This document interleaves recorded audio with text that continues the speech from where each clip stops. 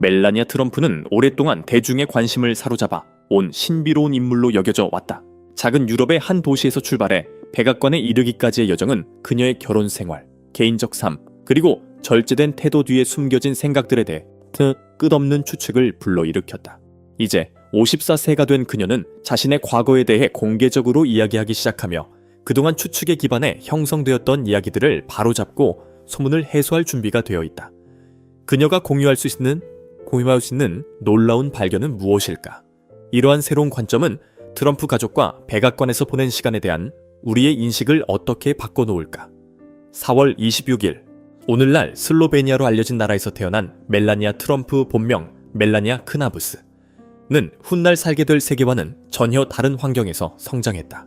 아버지 빅토르 크나부스는 운전기사로 일하다가 이후 자동차 부품 판매업으로 전향했다. 그가 유고슬라비아 공산주의자 동맹과 맺은 관계는 고향 세브니차에서 가족에게 일정한 혜택을 제공했을 가능성이 있다. 한편 어머니 아말리아는 유트레스카라는 섬유 및 의류 공장에서 재봉사이자 패턴 제작자로 일했다. 이러한 소박한 배경은 훗날 미국의 퍼스트레이디로서 마주하게 될 화려함과 권력과는 뚜렷뚜렷한 대조를 이룬다. 당시 공산주의 국가에서 자란 아이들의 삶은 오늘날 아이들이 경험하는 삶과 크게 달랐다. 크나부스 가족은 국유 아파트에 살았지만 집은 잘 관리되었고 다채로운 색의 벽은 회색빛의 단조로운 다른 아파트들과 구별되었다. 공산당은 공식적으로 종교를 반대했지만 멜라니아와 언니 이네스는 비밀리에 가톨릭 세례를 받았다. 이러한 조용한 저항은 많은 유고슬라비아 가정에서 흔히 볼 수 있었으며 정부의 규칙과 개인의 신념 사이의 간극을 잘 보여준다. 멜라니아에게는 아버지의 이전 관계에서 태어난 이복 형제가 있었지만 그녀는 그를 한 번도 만나지 못했다. 어린 시절부터 그녀는 지역 패션계와도 접점을 가졌다. 공장 노동자의 딸이었던 멜라니아는 어린이 패션쇼에 자주 참여했다. 그녀의 고향 세브니차는 섬유 산업으로 유명했으며 이러한 초기 런웨이 경험은 모델이 되고자 하는 열망을 키웠을 가능성이 크다. 어릴 때부터 패션을 사랑했던 그녀는 어머니로부터 바느질과 의류 제작 기술을 배웠다. 이러한 기술은 이후 모델 활동과 패션 디자인 분야에서 탄탄한 기반이 되었다. 멜라니아는 또한 영리하고 용감한 학생으로 학교에서 매우 우수한 성적을 거두었다.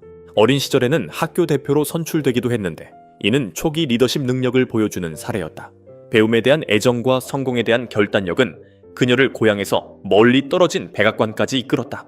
어린 시절 가족은 세브니차의 2층 주택으로 이사하면서 생활 여건이 크게 개선되었다. 공산주의 국가에서 자랐음에도 불구하고 멜라니아는 미국 문화의 깊은 매력을 느꼈다. 그녀는 로널드 레이건을 미국뿐 아니라 자신의 조국에도 변화와 희망의 상징으로 보았다.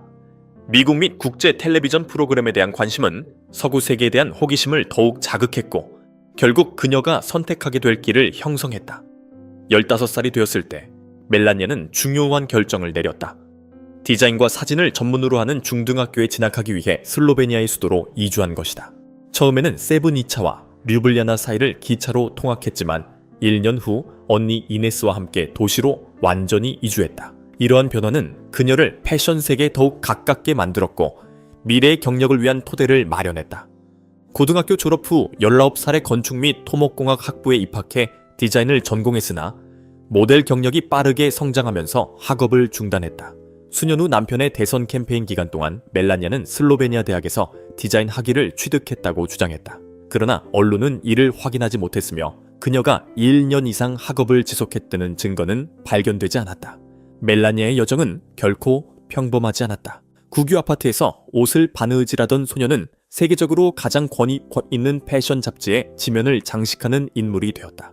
그러나 이 야심찬 슬로베니아 출신의 젊은 여성은 경쟁이 치열한 모델 업계에서 어떤 도전에 직면해야 했을까? 좀 더 자세히 살펴보자. 멜라니아는 5살 때부터 모델 활동을 시작했지만 16살이 되어서야 그녀의 재능이 본격적으로 빛나기 시작했다. 강한 결단력과 성실한 노력은 경력 초기에 여러 장애물을 극복하고 결국 국제적인 성공을 이루는 데 중요한 역할을 했다. 슬로베니아의 패션 사진작가 요르그 홀슈타이는 한 학교 패션쇼에서 처음 그녀를 눈여겨보았고 그녀의 모델 경력을 시작하는 데 도움을 주었다. 흥미롭게도 멜라니아는 원래 패션 디자이너가 되는 것을 꿈꾸었다. 디자인에 대한 초기의 열정은 이후 그녀의 모델 활동뿐 아니라 사업적 시도에도 영향을 미쳤다. 중요 튜안키는 이탈리아의 한 패션 회사가 주최한 모델 계약 경연 대회에서 우승하면서 찾아왔다. 상에는 영화 출연 기회도 포함되어 있었지만 감독이 부적절한 접근을 보이자 멜라니아는 이를 거절했다. 이후 그녀는 경력에 더욱 집중하며 이름을 멜라니아 큰하우스로 바꾸고 슬로베니아 국경을 넘어 새로운 기회를 모색하기 시작했다. 그녀는 포트폴리오를 구축하기 위해 유럽 전역을 여행하며 업계 경험을 쌓았다. 1992년에는 커리어에 중요한 이정표를 세웠었는데 룩 오브 더 이어 대회에서 2위를 차지한 것이다. 수상자들은 국제 모델 계약을 받았고 이는 멜라니아에게도 새로운 문을 열어주었다. 밀라노에서는 리카르도 젤과 계약을 체결했으나 협업은 몇 달 만에 종료되었다. 이후 몇 년 동안 그녀는 유럽 각지를 오가며 다양한 모델 계약을 수행했고 이를 통해 기술을 발전시키고 명성을 공고히 하겠다. 특히 1993년에 참여한 한 프로젝트는 상징적인 의미를 지녔다. 그 프로젝트에서 그녀는 미국 최초의 여성 대통령을 연기했다. 훗날 미국 퍼스트레이디가 된 그녀의 위치를 고려하면 이 역할은 예언적 의미를 지닌 듯 보인다.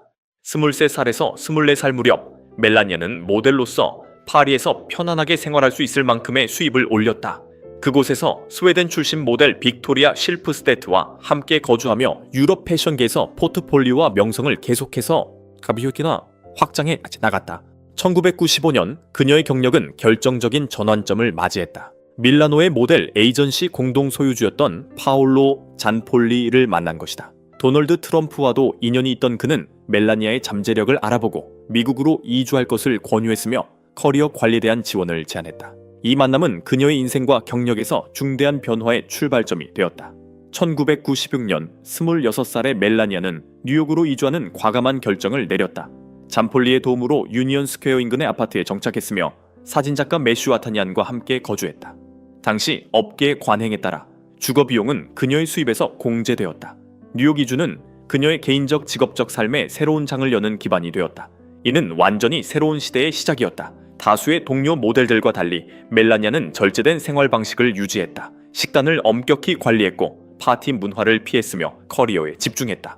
그럼에도 불구하고 미국에서의 첫 몇 주는 쉽지 않았다. 관광 비자로는 합법적으로 일할 수 없었지만 그녀는 10건의 모델 계약을 따내 약 $2,000를 벌었다. 이후 합법적으로 근무할 수 있는 비자를 취득했다. 이 시기는 훗날 비판적 검토의 대상이 되었으며 초기 미국 내 활동이 완전히 합법적이었는지에 대한 의문이 제기되기도 했다. 결정적인 돌파구는 캠멜 담배 광고에 출연하면서 찾아왔다. 이 광고는 사진작가 앨런 폰 어너트가 촬영했으며 뉴욕타임스 스퀘어의 대형 전광판과 롤링스톤 잡지에 게재되었다. 이는 그녀의 모델 커리어를 크게 도약시키는 계기가 되었다. 이 기회는 담배 광고에 출연하는 모델이 25세 이상이어야 한다고 규정한 미국 법률 덕분이었다. 또래 모델들보다 나이가 많았던 멜라니아는 이로 인해 독특한 경쟁 우위를 확보할 수 있었다. 커리어가 번창하면서 그녀는 파크 애비뉴 인근의 더 고급스러운 아파트로 이사했는데 이는 성공이 커지고 있음을 분명히 보여주는 신호였다. 모델 활동은 그녀가 대중 앞에 서는 데 익숙하다는 점을 입증했을 뿐 아니라 언론의 관심을 관리하는 방법에 대한 중요한 교훈도 제공했다. 이 능력은 훗날 매우 유용하게 작용했다. 당시 멜라니아는 자신의 경력이 결국 백악관으로 이어질 것이라고는 상상하지 못했을 것이다. 그렇다면 성공에 이르는 과정에서 어떤 도전에 직면했을까? 좀 더 자세히 살펴보자. 멜라니아 트럼프는 미국 시민이 된 것에 대해 깊은 감사를 여러 차례 표현하며 이를 세상에서 가장 큰 영예라고 말했다. 이러한 발언은 그녀가 선택한 조국에 대한 진심 어린 존중을 반영한다. 시민권 취득까지의 여정은 미국에서의 개인적 삶과 모델 경력과 밀접하게 연결되어 있었다. 2001년 그녀는 공식적으로 영주권이라 불리는 그린카드 취득 절차를 시작했다. 이는 미국에서 합법적으로 그리고 제한 없이 거주하고 일할 수 있게 해주는 신분이다. 그러나 이 허가를 취득한 방식은 일부 논란을 불러일으켰다. 특히 아인슈타인 비자라고도 불리는 이 B1 비자 자격 요건을 충족했는지에 대한 의문이 제기되었다. 이 비자는 일반적으로 저명한 과학자, 성공한 기업인, 엘리트 운동선수 등 탁월한 능력을 가진 인물에게 부여되는 범주로 알려져 있다. 일부에서는 그녀의 모델 활동이 이와 같은 높은 기준을 충족했는지 의문을 제기했다. 이러한 추측과 논쟁에도 불구하고 멜라니아는 미국에서의 삶을 이어가며 훗날 맡게 될 중요한 역할을 위한 기반을 다져나갔다. 2006년 그녀는 두 가지 중대한 이정표에 도달했다. 미국 시민권을 취득했고 아들 바런 트럼프를 출산했다. 같은 시기 남편 도널드 트럼프는 대통령 출마를 고려하기 시작했다. 흥미롭게도 멜라니아는 도널드 트럼프의 정치적 야망이 본격화되기 전에 이미 미국 시민권을 취득했다. 이는 훗날 선거 운동 과정에서 그녀의 이민 신분이 쟁점이 되는 상황을 방지하는 효과를 가져왔다. 그녀의 시민권 취득 과정은 미국 이민 정책의 한 흥미로운 측면도 드러낸다.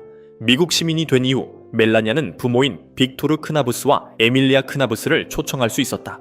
이는 그들이 미국으로 이주해 그녀의 새로운 삶에 합류할 수 있도록 하는 절차였다. 슬로베니아의 작은 도시에서 출발해 미국 시민권을 취득하고 결국 퍼스트레이디가 되기까지의 여정은 그녀의 결단력과 적응력을 보여준다. 그러나 그 과정에서 그녀는 어떤 도전에 직면했으며 이민 문제와 결혼, 그리고 공적 삶의 복잡성을 어떻게 헤쳐나갔을까? 그녀의 이야기를 좀 더 면밀히 살펴보자. 그녀의 시민권 취득 과정은 미국 이민 정책의 핵심 요소 중 하나도 조명한다. 이 제도는 미국 시민이 가까운 가족을 이민 스폰서로 초청할 수 있도록 허용한다.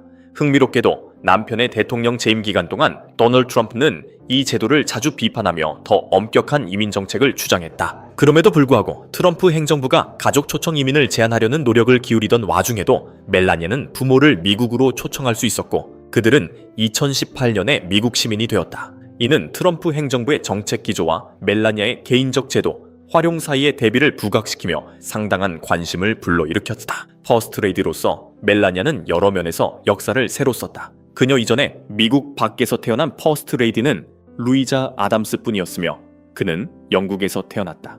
멜라니아는 두 번째 사례이자 귀화한 미국 시민으로서 이 역할을 수행한 첫 인물이 되었다. 이는 그녀의 특별한 여정에 또 하나의 독특한 장을 더했다.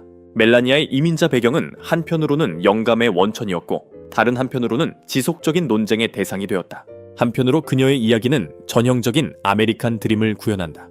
이민자로 미국에 건너와 성실히 일했고 결국 명성과 성공을 얻었다. 그러나 다른 한편으로는 남편의 엄격한 이민 정책 입장이 그녀 자신의 이민자적 뿌리를 고려할 때 불편한 긴장과 모순을 만들어냈다. 미국 시민이 된 이후에도 멜라니아와 아들 바런 트럼프는 슬로베니아 국적을 유지했다. 이러한 이중 국적은 이민자들의 정체성이 얼마나 복합적인지를 보여주며 많은 이민자들이 미국에서 새로운 삶을 받아들이는 동시에 고향과도 깊은 유대를 유지하고 있음을 반영한다. 멜라니아는 시민권을 취득하기까지 자신이 따랐던 법적 절차를 자주 강조하며 합법적인 과정을 존중하려는 자신의 의지를 분명히 해왔다. 그녀의 이야기는 오늘날까지도 이민, 정체성, 그리고 미국이라는 국가에 대한 논의를 계속해서 자극하고 있다.